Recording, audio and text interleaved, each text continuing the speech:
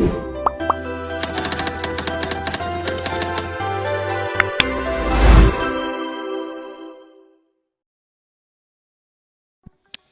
World Risk Index 2023 put the Philippines at the number 1 for the most disaster-prone country in the world, followed by Indonesia and India.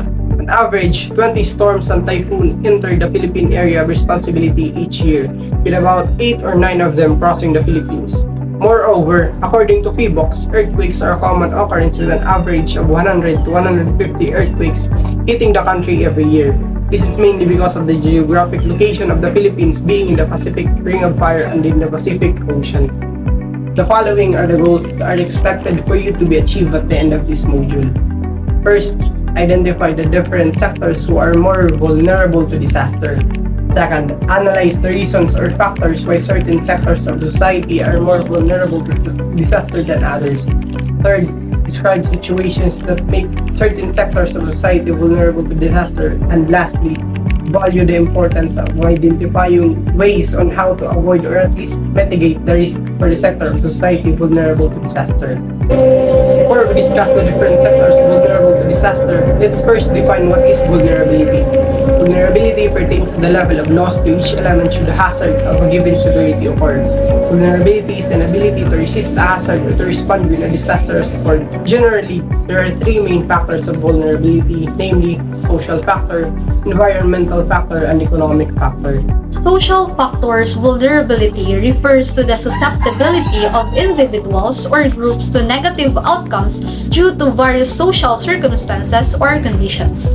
These factors can include poverty, discrimination, lack of access to resources or support networks, and societal inequalities.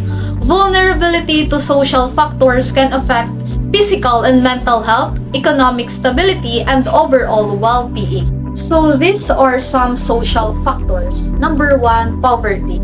Poverty, individuals or communities living in poverty may lack access to adequate healthcare, education, housing, and employment opportunities, making them more vulnerable to various risks and negative outcomes. Second is discrimination.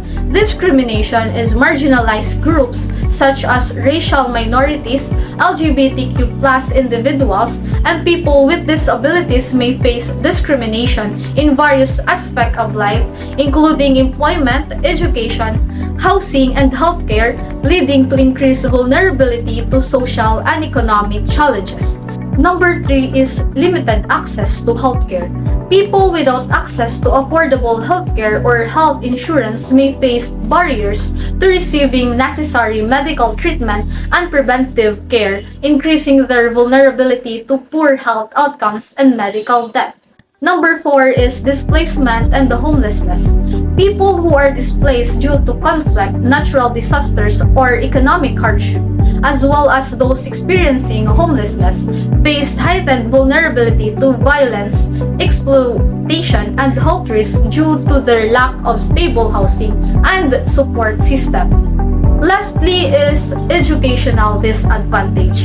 Limited access to quality education as well as high dropout rates can perpetuate cycles of poverty and disadvantage, limiting individuals' opportunities for socio-economic advancement and increasing vulnerability to various risks. Addressing these social factors and their impact on vulnerability requires comprehensive approaches that address systemic inequalities, promote social inclusion, and support and resources to those most in need. Environmental factor. The environmental factor in disaster risk reduction refers to how natural processes and conditions interact with human activities to create vulnerabilities to disasters. This factor encompasses various aspects of the natural environment, including ecosystems, climate patterns, geological features, and biodiversity. One key aspect of environmental vulnerability is the exposure of human settlements and infrastructure to natural hazards such as floods, earthquakes, hurricanes, wildfires, and landslides. Another consideration is the degradation of ecosystems and loss of biodiversity, which can exacerbate the impacts of disasters. Healthy ecosystems, such as wetlands and forests, provide natural buffers against hazards by absorbing floodwaters, stabilizing slopes, and reducing erosion. However, deforestation, urbanization, and unsustainable land use practices can weaken these natural defenses, increasing the likelihood and severity of disasters. Addressing environmental vulnerability to disasters requires strategies that promote ecosystem conservation and restoration, sustainable land use planning, climate change mitigation and adaptation measures, and the integration of environmental considerations into disaster risk reduction efforts. By enhancing the resilience of ecosystems and reducing human-induced environmental pressures, societies can better mitigate the impacts of disasters and build more sustainable and resilient communities. The economic factor in disaster risk reduction refers to how disasters impact various aspects of the economy, such as business, industries, employment, and financial systems.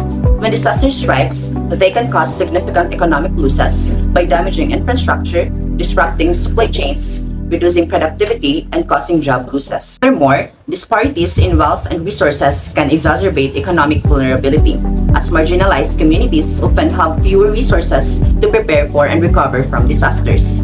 This can lead to long-term economic impacts, widening inequalities, and hindering overall economic development. Addressing economic vulnerability to disasters requires comprehensive planning, investment in resilient infrastructure, policies to promote economic diversification, and measures to reduce inequalities.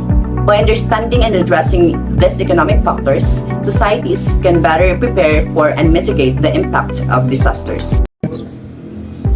In summary, according to our presentation, there are three factors of vulnerability: social factors, environmental factors, and economic factors. Where social factors are defined as the number of factors including poverty, lack of access to transportation, and crowded housing that may weaken a community's ability to prevent human suffering. While the environmental factor refers to poor environmental management, overconsumption of natural resources, decline of risk-regulating ecosystem services, and climate change. Last but not the least, the economic factors refers to risk caused by external or exogenous shocks to systems of production, distribution, and consumption.